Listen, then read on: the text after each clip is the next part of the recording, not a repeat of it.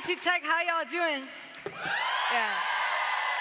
This is like my most joyful time of the year. This is my 4th annual conference, and it's like, yeah, it's like my dream event, you know, it's my dream event. Somebody else the other day in a podcast asked me, you know, what's the quality you find most attractive in somebody else? And I was like, I love hot, capable women. That's what I love. I'm like, that's my new compliment. Hot, capable people who fuck up the gender binary. Like, that's my new criteria, my new compliment. I'm like, damn, you're just so capable. But also, can you come and cuddle me through the night? Would be great. So I think what I'm going to do with my 10 minutes is I'm going to talk to you a little bit about my journey and about where I think we are in this sort of emerging 4th wave of feminism. And then I'm going to demo for you some of the stuff that I've been working on the past couple months in the studio. So I grew up in New York City to 2 fairly traditional Indian parents. New York City in the house. I'm a LA babe now, though. My skin is brown. You know, we're not meant to be in the cold. You know, that melanin. So I grew up to 2 very traditional Indian parents, but I loved music. And when I say but, it's because the way Indian parents think about music is like as an extracurricular activity to get you into the good schools. And so I remember as like a 6 or 7-year-old, the bus driver would pick us up from each of the different parents' houses, and he would play classical music. But then as soon as we would pull away from the parents, I would beg him to change it back to the hip-hop station or to the top 40 station so that we can be listening to Nas, Illmatic, so that we can be listening to Lauryn Hill. It felt like the truth to me. When the Spice Girls came around,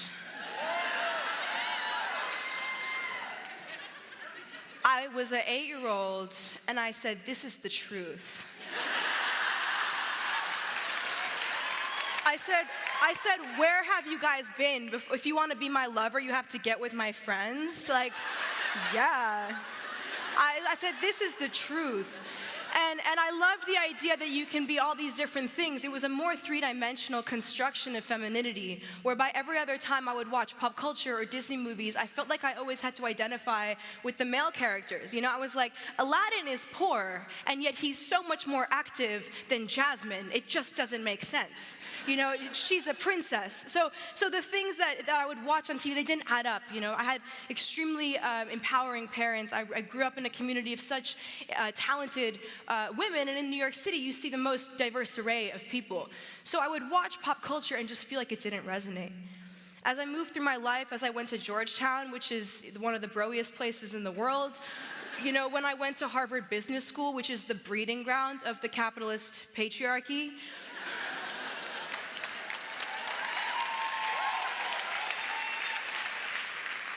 when I was working at Interscope, where every other song we would put out is fuck this bitch, this hoe, all this violent music. And it's not just in hip hop, it's in all genres, regardless of the race of the person putting out the music. Misogyny is everywhere. It's in the airwaves. And after a while, I'm like, yo, I'm not every day trying to turn up to the sound of my own oppression. You feel me?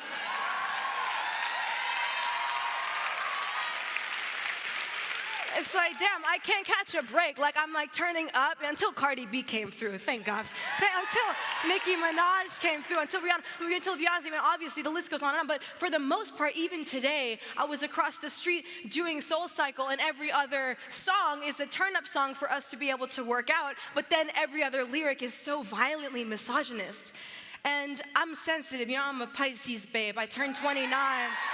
Yeah, I'm a Pisces babe. I turned 29 last week, and all I want is to see something different in the airwaves, something that resonates with me. And moreover, you know, I do make music that reacts to the patriarchy, that channels a lot of my anger and frustration, but at the same time, I don't want our identity to be defined according to how oppressed we are. Do you feel me? I want to talk about our joy. I want to talk about sex positivity. I want to talk about all of the nuances that exist in a queer experience, that exists in a brown experience, that exists in a trans experience, that exists in the experience of someone who's not in an able body. All of these different experiences that don't map to the mainstream. In the past couple of years since the marathon went viral, it's been really amazing to kind of be on the sidelines watching what I think is this 4th wave feminist movement. And I'm seeing kind of two things that I think qualify it. The first is about valuing femininity just as much as we value masculinity. And I think that gender wouldn't be so politicized, like they wouldn't care what our gender was if it didn't denote some sort of privilege. And I think we do live in a world today where masculinity is still valued above femininity. It's not yet a true spectrum. Because if it was, if we loved femme just as much as we love masculine, then all of our mix of these identities that make us uniquely ourselves wouldn't be so oppressed. And moreover, I feel so much that we have so much to offer the heteronormative community. We have so much to offer the mainstream. I think people who are the most oppressed are because we are actually living as our freest and bravest, most authentic selves, and we have something to teach everybody else. Yeah.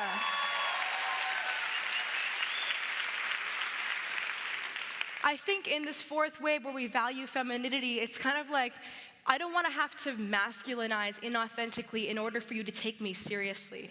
I want to pull up in a hot suit made by women in India and still teach you something. I don't want to have to masculinize my energy in order for you to understand it. Does that make sense? Yeah.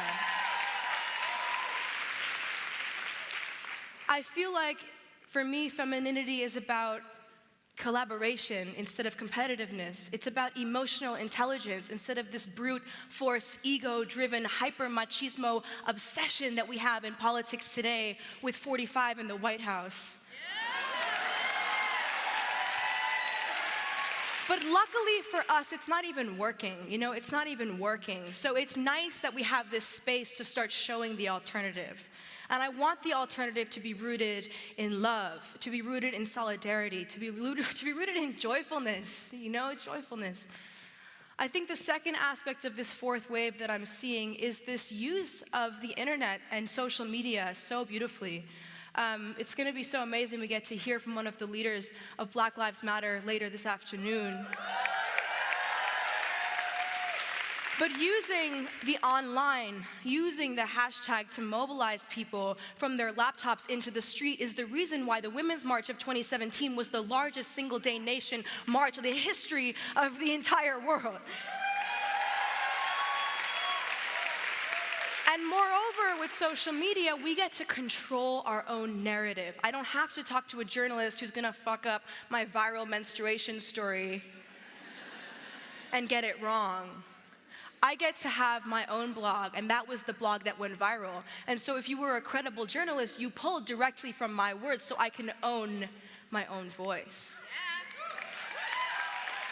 And I can own my own narrative. So music, bringing back to the thing that I'm gonna be doing all the time anyway, seemed like such a perfect way for me to contribute something to this fourth wave that's bubbling for all of us. To contribute something where I can celebrate and demonstrate the very solidarity that I'm talking about. So I'm gonna walk you through a song that I worked on in the past couple weeks. It's raw, it's in process. When it comes out, you'll know that we got to experience it here together first. So I'll take an idea that I might have from an iPhone, okay? So I'll be driving in LA. Most of my inspiration comes when I'm alone. And I was recording this little idea. Life is so good now. Life is so easy. That's cool, that has a vibe. So I'll start adding some effects. You see, and start bringing it into something that I can actually iterate on and explore. Then I'll bring in some of my drums. I'm a drummer first and foremost. So something like this. How can you find out? Yeah, maybe. Yeah. Then I'll double time the drums and layer that on top as well. Then what we think it is. Hey, it has a vibe now, you feel me? Yeah. Then we write a bass line. I write a bass line. This has a nice bass. If I show you those notes playing part of my scream, but that's the bass line. Yeah. Now we have drums, my vocals, and bass. Let's add something that's a little bit more in that soprano, femme region. I call these the artiphon goddesses because I use the instrument called the artiphon to make it. It's subtle, it just adds a texture. Cool. So we have that idea. Now I might start taking that vocal sample from my iPhone and chopping it up. So like,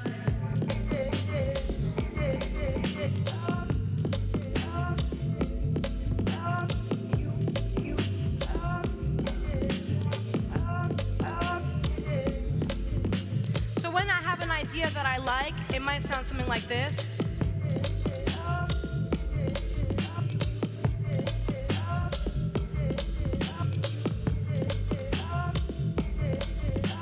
And then I'll be listening, you know, and I'll be like thinking and thinking about you, thinking and thinking about you, thinking and thinking about you, baby. So I'll start singing some vocals.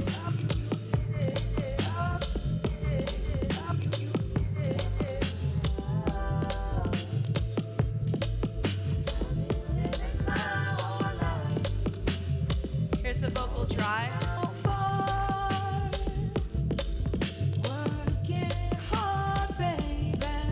I'm just vibing, you know. Thinking and thinking about, hey. Thinking and thinking about you. I might add a chorus to my voice. Thinking and thinking about, thinking and thinking about you. Thinking and thinking about, thinking and thinking about you. Thinking and thinking about, thinking and thinking about you.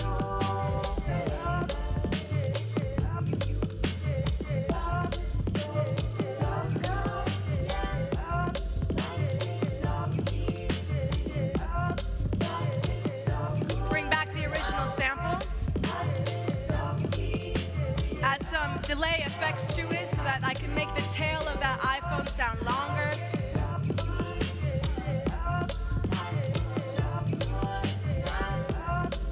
Now I'll start bringing in some other elements to make it sound a little bit more full.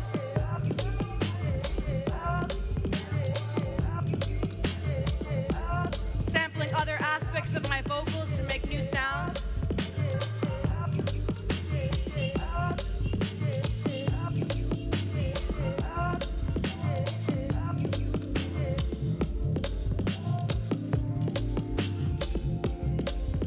Yeah.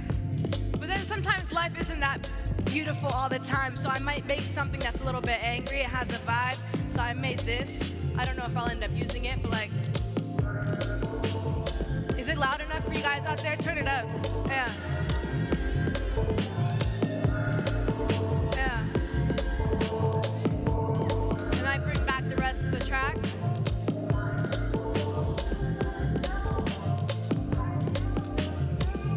Yeah.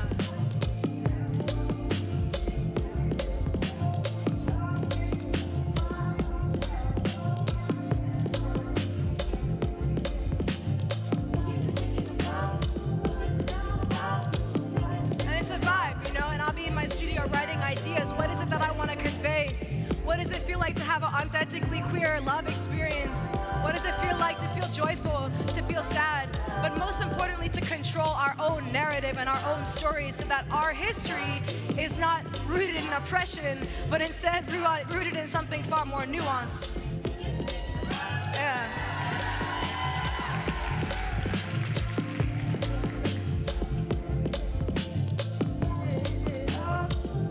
And then I'll start pulling things out. Yeah.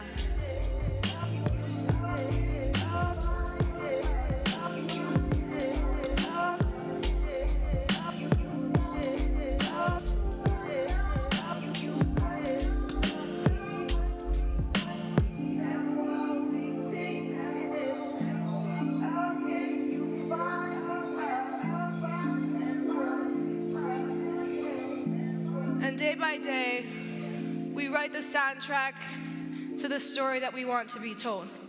Thank you. Thank you.